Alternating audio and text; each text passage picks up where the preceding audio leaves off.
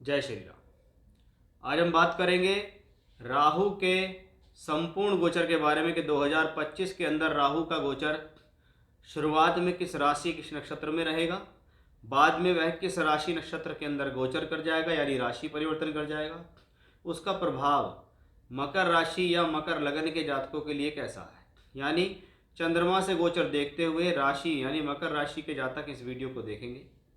अगर आपका मकर लगन है और आपको राहु से संबंधित महादशा या अंतरदशा चल रही है तो भी आप इसको कंसिडर कर सकते हैं। यानी इस वीडियो के अंदर पूर्ण रूप से चर्चा होगी कि राहु 2025 के अंदर कब और कहां किन स्थितियों में गोचर करते दिखाई देंगे, उसका आपके जीवन पर क्या प्रभाव होगा, क्या अच्छा है क्या बुरा है, क्या लाभ है क्या सावधानी है, सिर्फ राहु के ट्रांजिट से आप किस तरीके से प्रभावित होंगे।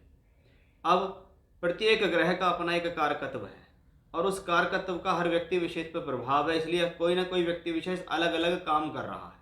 कोई फैशन में है, कोई मॉडलिंग में है, कोई इंजीनियर है, कोई टूल्स का काम करता है, कोई मैकेनिक का काम करता है, कोई प्रॉपर्टी का वर्क करता है, तो कोई टीचर है, कोई वकील है, कोई डॉक्टर है। यानी सभी के ऊपर किसी न किसी ग्रह का प्रभाव ज़्यादा है, इसीलिए वो ऐसे काम करते हैं। अब जिन लोगों पे राहु का प्रभाव ज़्यादा होता है वो कैसे काम करते हैं, जैसे आप देखिए कि अगर आप विदेश से जुड़ा हुआ कोई काम, एक्सपोर्ट इंपोर्ट, टूर ट्रैवलिंग्स यात्रा, जहां वायु सेवा का इस्तेमाल होता हो, ऐसा कोई काम करते हैं तो आपका राहु आपके ऊपर ज़्यादा एक्टिवेट है। विदेश से जुड़े हुए कार्य, धार्मिक यात्रा, ये जो जितने भी यात्राओं का काम होता है ये राहु के पास है। मीडिया से जुड़ा हुआ कोई भी फील्ड, चाहे वो सोशल मीडिया का कोई भी प्लेटफॉर्म हो, ये राहु का प्रभाव है। फैशन से रिलेटेड कोई भी चीज़ हैं, इलेक्ट्रॉनिक इक्विपमेंट से संबंधित कोई भी चीज़ें हैं, ये सब राहु के कारकत्व है। इसका मतलब क्या है कि भाई अगर आपकी मकर राशि है या आपका मकर लगन है और आपका इनसे संबंधित कोई वर्क है तो आपके ऊपर इसका अन्य लोगों के मुकाबले ज़्यादा प्रभाव होगा। अगर बेटर होगा तो वो पॉजिटिव ज़्यादा होगा और नेगेटिव होगा तो फिर वो नेगेटिव ज़्यादा प्रभाव देगा। आइए अब इसको और विस्तार से समझ लेते हैं कि वे राहु कब कब क्या कर रहे हैं 2025 में। वीडियो की शुरुआत करने से पहले, टॉपिक पर आने से पहले, अगर आप अपनी कुंडली दिखाना चाहते हैं, वर्ग कुंडलियों से एनालिसिस कराना चाहते हैं तो स्क्रीन पर मैंने व्हाट्सएप नंबर दिया हुआ है, आप मुझे व्हाट्सएप पर कॉन्टैक्ट कर सकते हैं पेड कंसल्टेंसी के लिए। आइए शुरुआत करते हैं। हम देखते हैं कि चंद्रमा से सबसे पहले, यानी आपकी राशि क्या है, मकर। मकर राशि के स्वामी कौन है, शनि है। शनि आपकी राशि के मालिक हैं और राशि के मालिक से राहु का संबंध अगर हम देखें तो वो मित्रता का व्यवहार है। कहा भी जाता है कि शनि मत राहु, कि ऐसा ही व्यवहार करते हैं दोनों। स्वभाव में देखें तो दोनों को अशुभ ग्रह कहा गया, राहु को भी और शनि को भी, लेकिन यहाँ शनि रिप्रेजेंट कर रहे हैं आपकी राशि को, इसलिए ये एक पॉजिटिव फैक्टर है। अब राहु आपकी राशि से अगर आप देखिएगा तो थर्ड हाउस में ट्रांजिट कर रहे हैं। कब तक है, 1 जनवरी से लेके 29 मई तक राहु मीन राशि में ही रहेंगे। अब राहु का मीन राशि में रहना, राशि से थर्ड हाउस का ट्रांजिट है। पहली बात, राहु किस भाव में बैठा है, भाई तीसरे भाव में है।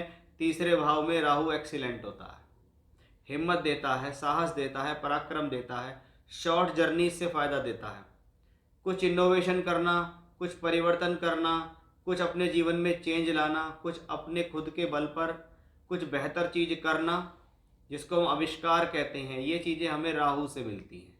क्योंकि थर्ड हाउस हमारे प्रतिभा का भाव है और राहु जैसा प्लेनेट वहाँ हो तो जो लोग सोशल मीडिया का काम करते हैं, क्योंकि थर्ड हाउस हमारी क्रिएटिविटी भी है, तो सोशल मीडिया से संबंधित जितने भी प्लेटफॉर्म हैं उस पर राहु का प्रभाव है। और राहु अगर थर्ड हाउस में है तो जब तक राहु का ट्रांजिट वहाँ है वो आपके लिए पॉजिटिव है। यानी चंद्रमा से तीसरे घर या लगन से तीसरे घर में राहु शुभ माना गया है, वो गुरु की राशि में बैठा हुआ प्लेनेट है। वर्ष 2024 में भी वो वहीं था, वर्ष 2025 में 29 मई तक राहु वहीं मिलेगा।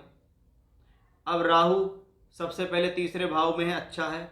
दूसरा, गुरु की राशि में, तो हम क्या देखेंगे कि भाई लगभग अप्रैल मई तक तो गुरु भी पंचम भाव में ही ट्रांजिट कर रहे हैं, तो ये शुभ हो गया।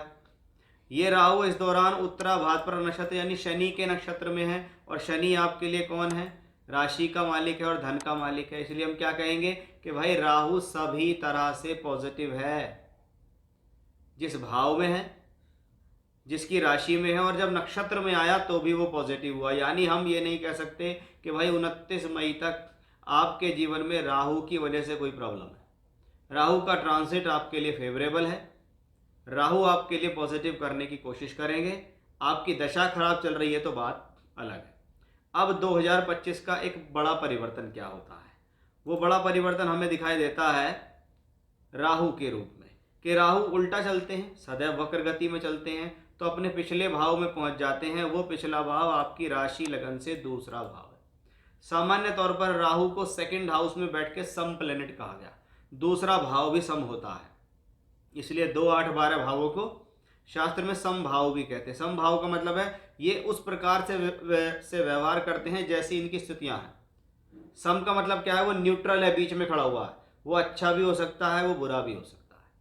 बुरा होगा कि उस पर बुरा प्रभाव होगा, अच्छा होगा कि उस पर अच्छा प्रभाव होगा। अब 2025 में 29 मई को अगर हम देखें तो राहु कुंभ में आते हैं, और उससे पहले शनि का राशि परिवर्तन हो जाता है। जब शनि यहाँ आ जाते हैं यानी आपसे शनि की 7.5 की मुक्ति हो जाती है, कि भाई मकर राशि के जातकों के ऊपर 7.5 पूर्ण रूप से हट चुकी है, वो 29 मार्च को ही हट चुकी है। तो आपके लिए पहली सकारात्मकता हमें वो मिली। दूसरी पॉजिटिविटी मिली कि राहु आपकी राशि से दूसरे घर में, नियम वही है, दूसरे घर में राहु है, धन के लिए शुभ है, इसको खराब नहीं मानते। बहुत हॉरोस्कोप्स में बहुत जगह देखा गया कि दूसरे घर में राहु हो तो शुभ है, लेकिन जब राहु दूसरे घर में है तो दूसरा घर वाणी, बोलचाल और आपके मुख का है, तो थोड़े से आप ब्लंट हो सकते हैं, आपके स्वभाव में थोड़ा खरापन, खोटापन आ सकता है। इस पर ध्यान रखें, यानी वे ऑफ टॉकिंग पे ध्यान रखें, जिसका प्रभाव आपकी फैमिली लाइफ पे ना पड़े, परिवार के लोगों के साथ आपका खराब व्यवहार ना हो जाए, आप कभी किसी को कुछ भी कह दें, या जिन लोगों के साथ काम कर रहे हैं उनके साथ आपका स्वभाव खराब ना हो जाए, इसका ध्यान रखें। दूसरी चीज़, आपको इस दौरान किसी भी प्रकार के ऐसे खान पान में नहीं पड़ना है जो आपको गलत आदत दे, चाहे वो अधिक सिगरेट पीना, अधिक शराब पीना, अधिक गुटखा खाना, या बहुत बार अत्यधिक मीठा खाना या अत्यधिक चाय पीना भी एक बुरे व्यसन में देखा जाता है। तो वो आदत भी आपको यहाँ से डल सकती है, इस बात का आपको ध्यान रखना है। अब राहु दूसरे घर में शनि की राशि में, वो उनका मित्र है, दूसरा घर धन का है और शनि राशि के भी मालिक हैं, तो हम क्या कहेंगे भाई, राहु एक पॉजिटिव और एक सकारात्मक ग्रह है, कि भाई दूसरे घर में आया है, धन के भाव में आया है, शुभ है, शनि की राशि में आया है, शुभ है, मित्र के घर आया है, शुभ है। अब वो शनि की राशि में और शनि हमारे थर्ड हाउस में है, तो ये अपने आप में बहुत बेहतर है कि जैसे चंद्रमा से तीसरे घर में राहु अच्छा है, ऐसी चंद्रमा से तीसरे घर में शनि भी बहुत बढ़िया। राहु या शनि के फल देंगे, ये बात यहाँ समझने वाली है कि राहु शनि के फल देंगे। शनि राशि के तीसरे घर में है और तीसरे घर से बैठ के 12th हाउस को देख रहे हैं।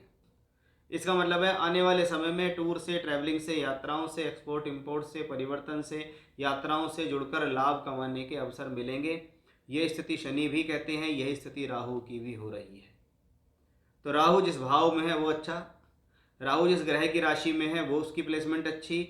अब राहु बृहस्पति के नक्षत्र में भी होते हैं भैया 2025 में, पूर्वी भाद्रपद नक्षत्र, यानी पूर्वी भाद्रपद नक्षत्र किसका है, गुरु का है।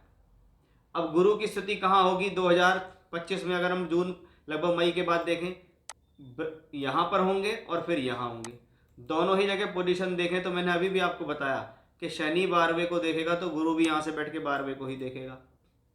यानी इस 2025 में खास तौर पे मई के महीने से लेके नवंबर के महीने तक आपके जीवन में ऐसा कुछ काम हो सकता है जो विदेश से जुड़कर हो, यात्राओं से जुड़कर हो, किसी प्रकार का बड़ा परिवर्तन। जैसे बहुत बार क्या है, ट्रांसफ़र हो गया, जॉब दूसरी मिल गई, जॉब विदेश में मिल गई, कोई विदेश यात्रा बन गई, कोई अच्छी स्थितियां पैदा हो गई, वो सब कुछ हमें आपके इस चार्ट से क्लियरली मेंशन होता दिखाई दे रहा है। यानी कुल मिलाकर हम कह सकते हैं कि भाई राहु का ट्रांजिट अगर 2025 में देखा जाए तो मकर राशि के जातकों के लिए सभी स्थितियों में शुभ है।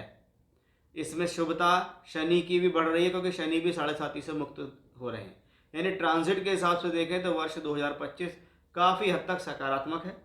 आपकी कुंडलियों में दशा अच्छी चल रही है तो यह ट्रांजिट आपको और बढ़ चढ़कर अच्छा फल देगा। तो ये था हमारा आज का विषय कि भाई मकर राशि के जातकों कैसा होगा आपके जीवन के अंदर 2025 में राहु के गोचर का प्रभाव।